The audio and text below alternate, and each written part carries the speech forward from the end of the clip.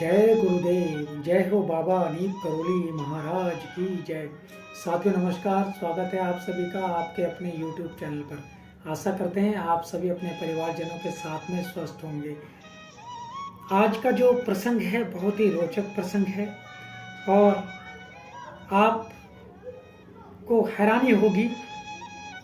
यह जो आपके सामने प्रसंग हम रखने जा रहे हैं, यह एक ऐसा प्रसंग है जो कि एक ही घटना दो जगह पर हुई और एक ही समय पर हुई।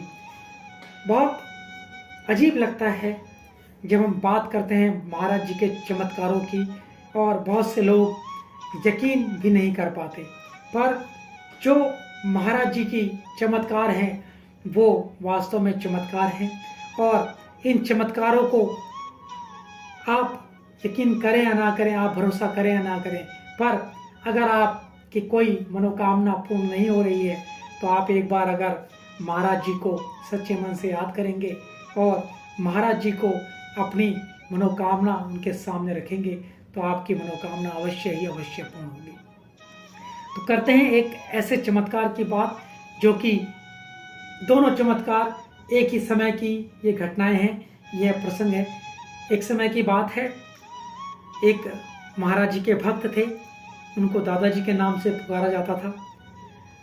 होता क्या है मित्रों, दादाजी के एक भतीजा था, उनके भतीजे को चेचक हो गया था और चेचक इतना फैल गया था कि वह लगभग मौत के करीब पहुंच चुका था। उसकी सांसें उखड़ने लगी थी तो घर वालों ने उसे बिस्तर से ऊपर यानी चारपाई से उठाकर नीचे जमीन पर लेटा दिया, मानो अब वह बचने वाला नहीं था। घर वाले चिंता में डूबे हुए थे। अचानक से घर वालों के मन में एक बात आई कि जिस गंगा जल से जो कि उनके घर में रखा हुआ था, उन्होंने महाराज जी के चरण धोए थे, क्यों ना इस गंगा जल को इसे बच्चे को पिला दिया जाए। क्योंकि उन्होंने सोचा अब ये पूर्णतः तरह मरणासन है। और जैसे ही उस गंगा जल की एक बूंद उस बच्चे के मुंह में गई, उस बच्चे के मुंह में डाल दी गई, वह गंगा जल बच्चे के हलक से जैसे ही नीचे जैसे ही नीचे जाता वह बच्चा उठकर खड़ा हो गया, यानी कि उठकर वह बैठ गया। और उस दिन जो घर के परिवार वालों के चेहरे पर रौनक थी वह देखने लायक थी, और साथ ही साथ उसका जो चेतक था वह भी पूर्ण तरह से समाप्त हो गया था। ठीक यही उसी समय की एक घटना और है। उसी समय महाराज जी के शरीर पर बहुत सारे दाने उभर आए।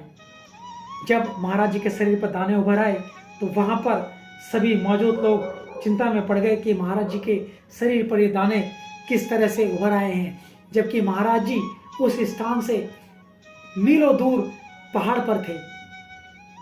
उनके साथ सिद्धि माँ भी थी, क्योंकि पर्वतीय अंचल में चेचक की बीमारी नहीं होती थी, इसलिए वह जानते भी नहीं थे कि ये चेचक होता कैसा है या महाराज जी को चेचक हुआ है। वहाँ पर महाराज जी के भक्तों ने बाजार से एक लोशन मंगाया और महाराज जी को शरीर पर जो दाने हो रहे थे उनको एलर्जी समझकर महाराज जी के पूरे शरीर पर उस लोशन को पोत दिया। अब मित्रों होता क्या है, दूसरे दिन महाराज जी के जो दाने थे वे सारे गायब हो गए थे। तभी महाराज जी ने कहा यह बहुत ही आश्चर्यजनक लोशन है, वे धब्बे क्या हो सकते थे, किसी चीज से मुझे एलर्जी हो गई होगी। इस तरह के विचार महाराज जी ने प्रस्तुत किए। काफी दिनों बाद पता चला कि उस लड़के के चेचक का ठीक होना और महाराज जी को एलर्जी होना एक ही समय की दोनों घटनाएं थी। तो इस तरह के चमत्कार जो है महाराज जी के जीवन में होते आए हैं, और महाराज जी अपने जीवन में ऐसे चमत्कार किया करते थे और लोगों को जो उनके भक्त होते थे वह असमंजस में पड़ जाया करते थे कि हुआ क्या।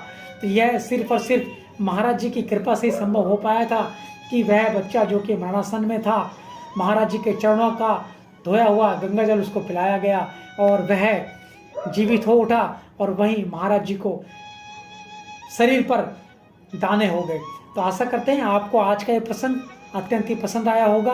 बाकी आपको कहने की ज़रूरत है ही नहीं, आप लाइक कमेंट शेयर तो कर ही रहे हैं। और सिर्फ जो ये संभव हो पा रहा है महाराज जी की कृपा से ही संभव हो पा रहा है कि हम प्रयास करते हैं और आपके समक्ष एक महाराज जी का चमत्कारिक प्रसंग आ जाता है।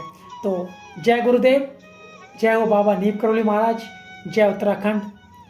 और आप सभी का बहुत बहुत धन्यवाद।